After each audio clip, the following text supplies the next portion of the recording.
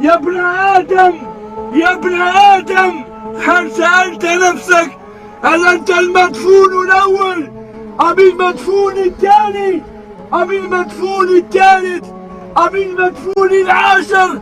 لعل أناسا دفنوا قبلك ولعل أناسا دفنوا بعدك.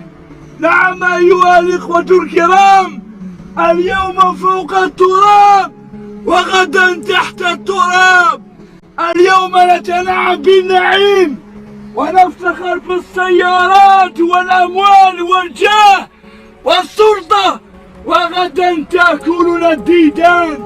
يا ابن آدم، يا ابن آدم، عش ما شئت فإنك ميت.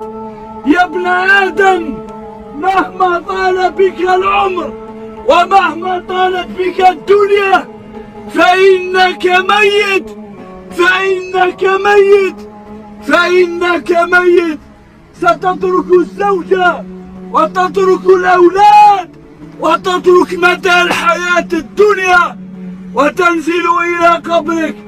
فإن عملت خير كان قبرك روضة من رياض الجنة، وإن عملت غير ذلك كان قبرك حفرة من حفر النار.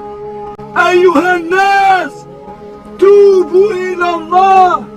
أيها الناس، اخلصوا نياتكم لله يوم لا ينفع مال ولا بنون إلا من أتى الله بقلب سليم. أيها الناس، توبوا إلى